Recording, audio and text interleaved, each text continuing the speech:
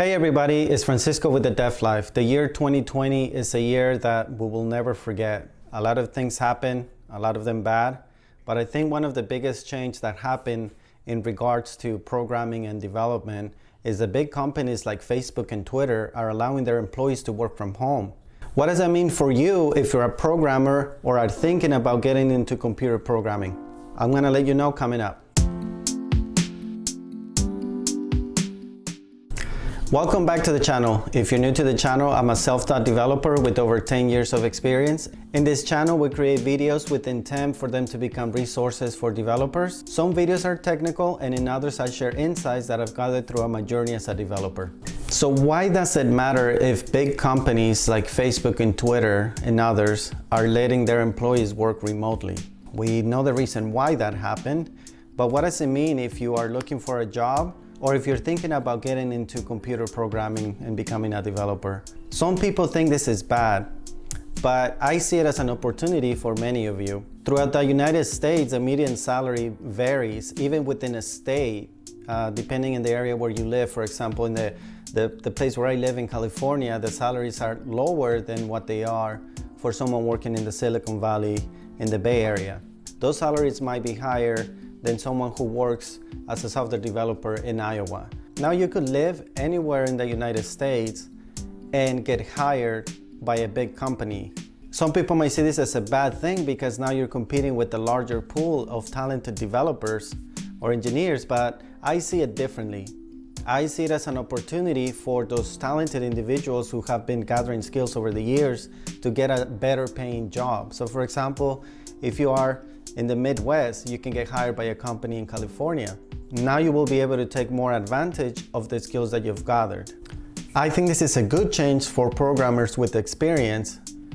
Okay, so that's good for experienced programmers, but what about you? If you're new to programming or are thinking about becoming a programmer, well, things pretty much stay the same.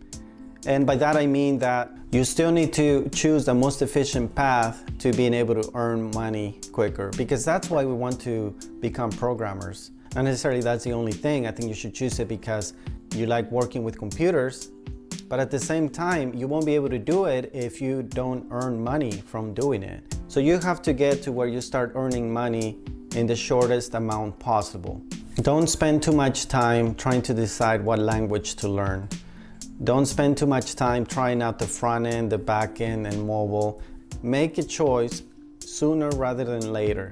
Find out if you want to pursue the back end or the front end or mobile. And if you want to be full stack in the future, then you could do front end and back end, but pick one to learn first and then move on to the other one. I've seen a lot of new developers who spend a lot of time trying to learn both at the same time, and that could be a mistake. I really believe that you should stick to one, learn that, then learn the other one. I also get a lot of questions on Instagram asking about programming languages. Since now we're in 2021, what does that mean for programming languages? Is PHP going to suddenly disappear because now the calendar says 2021?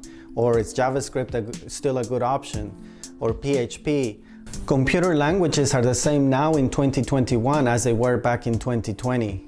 Python didn't suddenly lose some functionality because the calendar changed. I think that the scope as far as the languages still remain the same.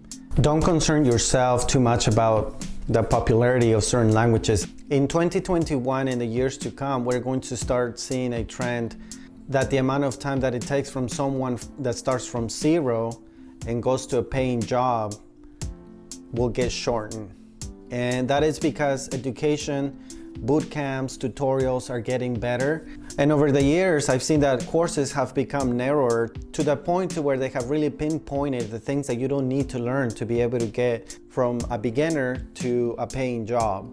Especially if you already know what you're doing, you can save a lot of time not learning things that you don't need to learn to get a paying job. You've probably seen a lot of developers there that try one thing, try another, and the months go by, a year goes by, and they're still learning. They're still in that tutorial limbo. They're still not sure that they can go and apply for a job, and they still want to get better as a developer and learn more things. And I don't think you need to go that route. I think you should spend a lot of time thinking of what path you should follow and come up with a plan for you to get to a paying job as quickly as possible. Not everybody is going to agree with what I just said, but I would love to hear your thoughts. Please leave a comment. I hope you found this video useful. If you did, give us a like, subscribe, maybe. I'll catch you in the next one.